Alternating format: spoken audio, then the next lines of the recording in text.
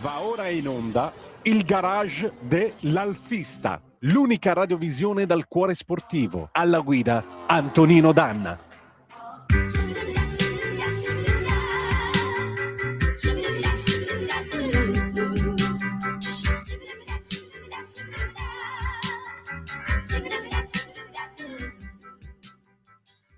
Buongiorno Antonino, a te la linea. Oh, buongiorno Natalia, finalmente mi vedete pure, amiche e amici miei, ma non dell'avventura, buongiorno, siete sulle magiche onde di Radio Libertà, questo è il garage dell'Alfista, io sono Antonino Danna e questa puntata va in onda, signore e signori, olè, giriamo un momentino la cam, va in onda niente poco di meno che dal garage Gasparri di Legnano. Questo inquadrato davanti a noi è mister Alfio Biaggi, buongiorno. Eccoci qua. Allora, noi oggi abbiamo due ospiti, li vogliamo presentare questi due ospiti? Cazzaniga è proprietario di questa magica, bellissima GT. E ora ci arriviamo. Mister Cazzaniga, buongiorno. Eccoci qua, l'amico è? Yuri. Buongiorno Yuri. Allora, cari amici, voi siete qua perché... Stringetevi un po' perché nell'inquadratura se no non entrate. Ecco qua perché siamo in radio ma abbiamo anche il canale TV. Dicevo, voi oggi siete qua perché come diceva l'amico Alfio Biaggi avete una rarità, una vera rarità. Di che si tratta? È un Alfa GT 1750 versione USA, quindi parliamo di una Alfa GT a iniezione spica, giusto? Non a carburatori. E la rarità è appunto l'iniezione, parliamo di un telaio 12 di 740 prodotti. Ecco, è una 1750, ci possiamo avvicinare per vederla. Eccoci qua. Signore e signori, come potete ben vedere, la particolarità è tutta qui, in questa parolina che si trova qui sulla destra del portatarga, iniezione. Nel suo splendido verde pino, tra l'altro guardate un po', c'è anche 2 casse da 100 watt qui per l'impianto audio, ve lo faccio vedere con molta pazienza perché questa va assaporata di pezzo in pezzo.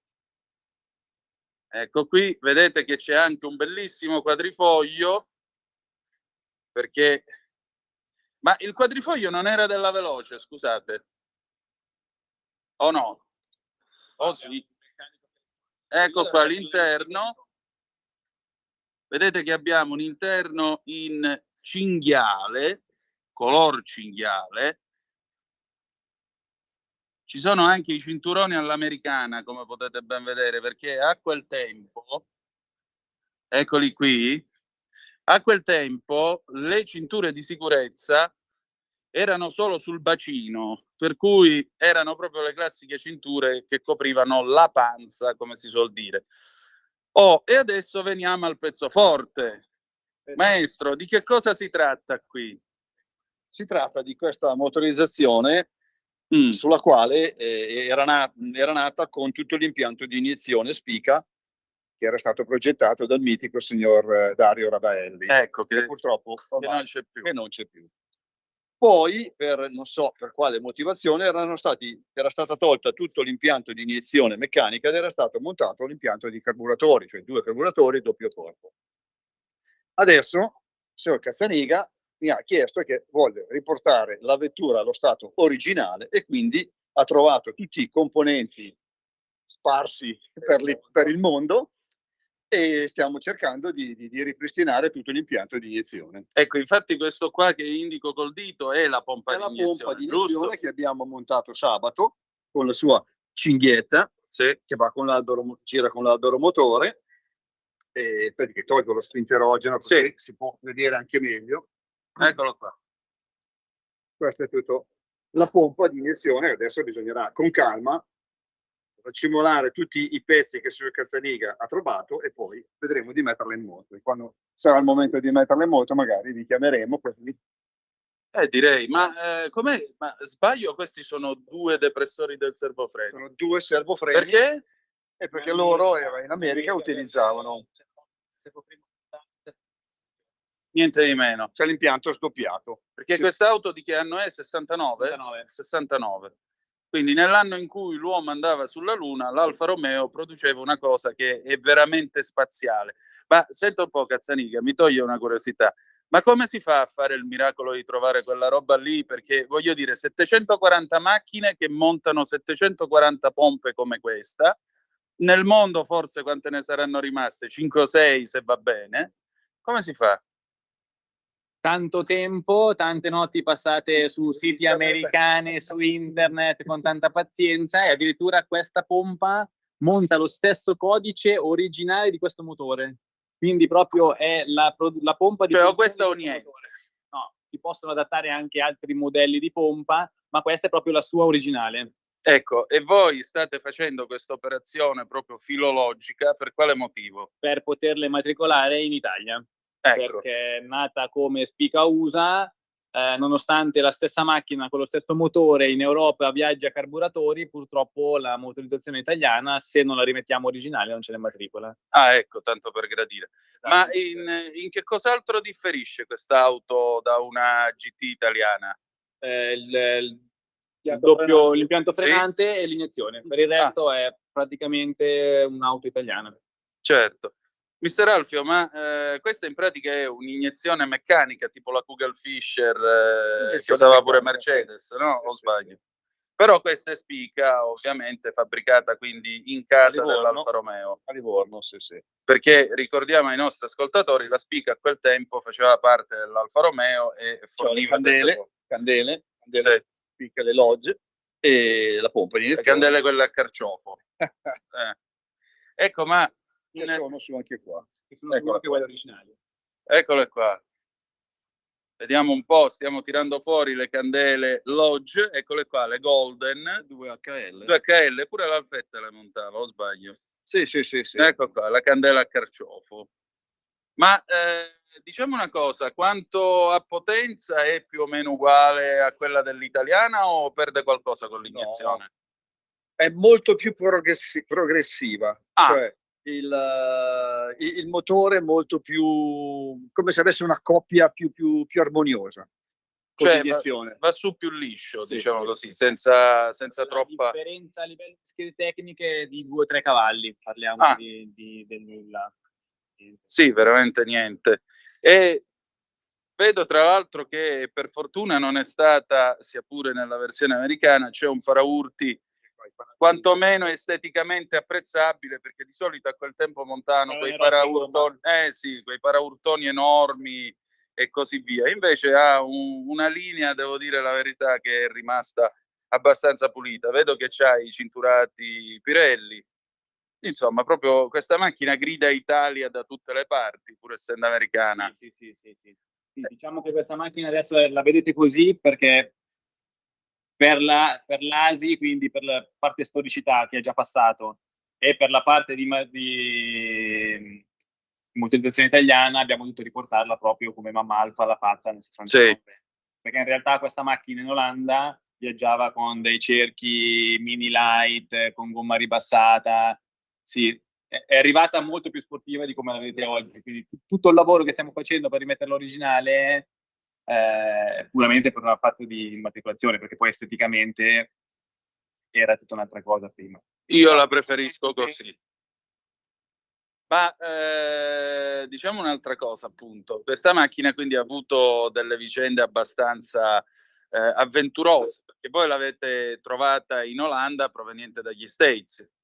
L'abbiamo trovata in Olanda proveniente da un collezionista olandese che l'aveva trasformata per fare gare di regolarità.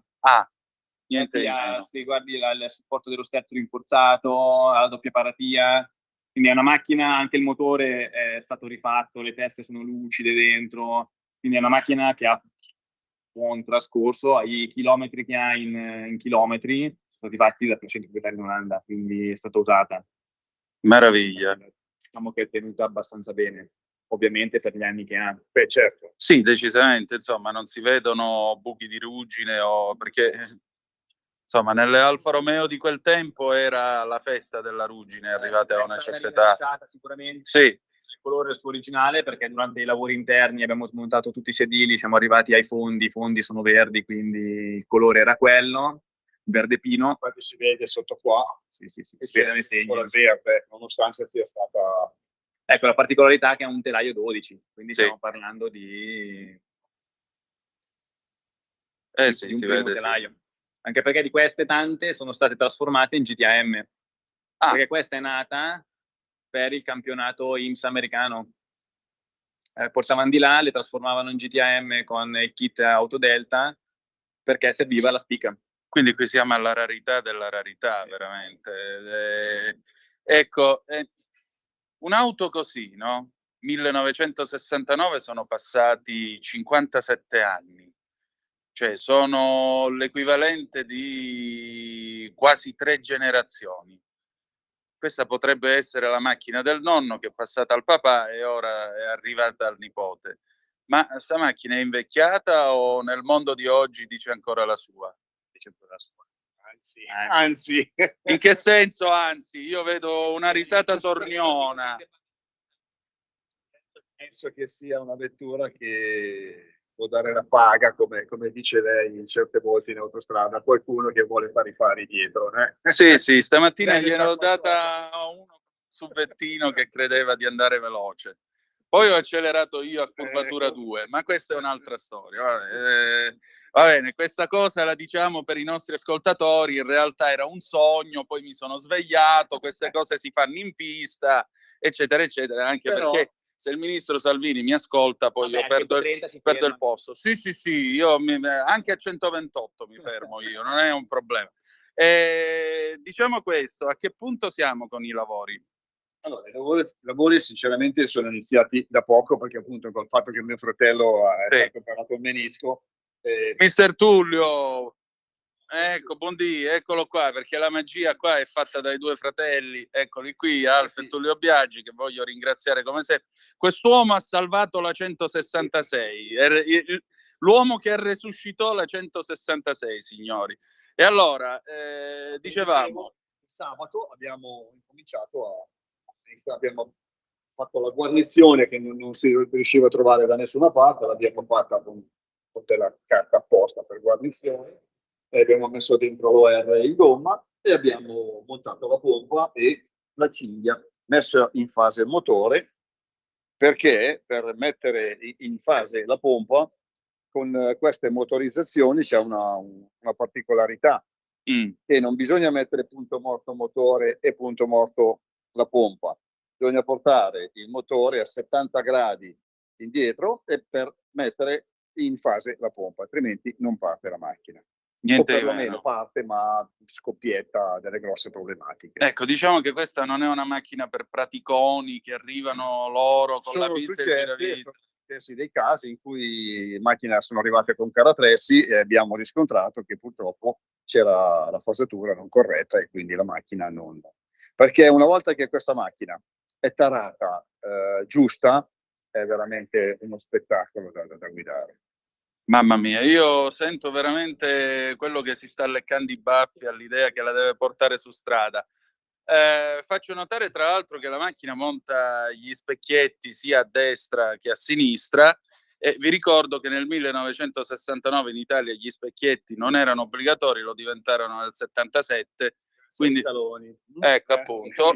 Taloni. Quindi noi non entriamo in queste cose a scanso di equivoco e querela. Comunque sia, in Italia dal 77 ci fu l'obbligo e quindi molti sportelli sono stati forati al tempo. Invece questa qua è uscita proprio di fabbrica con i suoi. Sì, infatti, molti sui parafanghi. Oggi con una forma anche aerodinamica. sì, mi ricordo quelli rotondi che si montavano sui paraurti. Mister Cazzanica, allora, una volta uscita da qui, cosa farà di bello questa GT?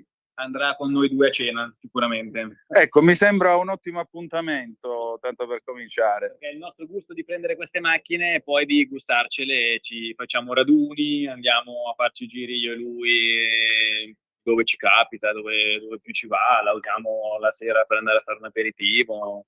Noi le usiamo brutamente anche per fare la spesa quotidianamente, Così deve essere, se dal no... sabato alla domenica. Beh, le macchine non si mettono nei musei a prendere polvere, le macchine devono vivere, le Alfa Romeo hanno bisogno di andare in giro, non si può... Perché Poi se non questa le costa muovi poco. soffrono. Esatto. Più si rovina. Sì. Sì. Tra l'altro, prima di andare in onda, lei mi diceva che stava cercando in realtà una Montreal. Sì. È un tasto per noi molto dolente, in quanto ce ne hanno portate via 2, una sull'ora, per una poco serietà di imprenditore. Ecco. E da lì è nata poi trovare questa chicca. E beh, direi che comunque la delusione è stata... Era stato un ripiego, esatto.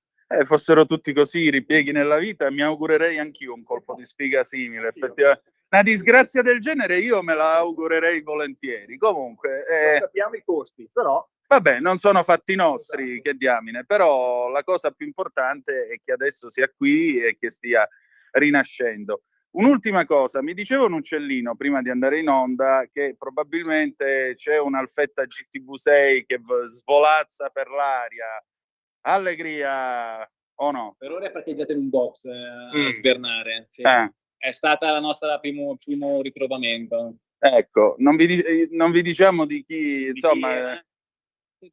SPA, mettiamolo così. Ecco, per adesso. Il primo proprietario 82 a Fermo SPA, poi dopo ha fatto un po' di passaggi. Sì, appunto, passaggi molto interessanti, ma avremo modo di tornare anche su questo tema. Allora, sono le 9:55 minuti, noi ci avviamo alla conclusione. Intanto grazie per averci permesso di raccontare questa automobile straordinaria.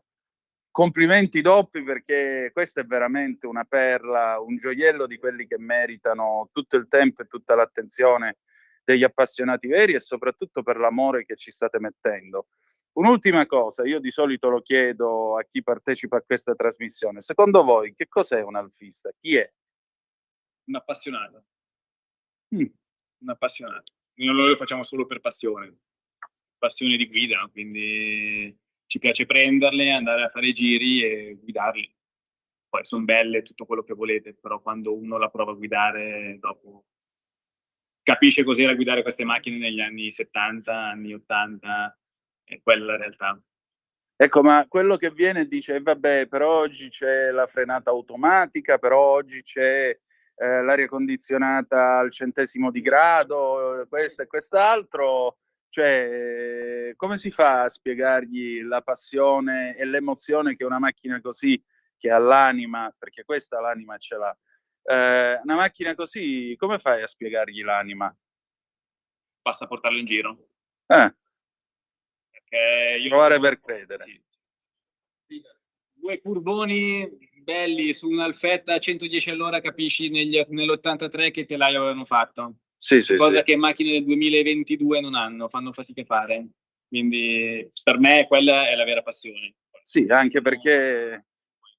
Sì, appunto, anche perché questa, come l'Alfetta, stanno in strada per la loro meccanica e per i principi di fisica che sono alla base. Come vedete è bassa e larga. Più il baricentro è vicino a terra, vi ricordate le noiose lezioni a scuola, alle medie? Ecco, servono a questo. Più il baricentro è vicino a terra, più è stabile, più non scuffia, non si ribalta e non succede niente. Pensate ora ai SUV che sono stretti e alti e piangete da soli, no? Con tutti i chip, tutti gli aiuti e tutta quella roba, però la fisica alla fine prende sempre il sopravvento.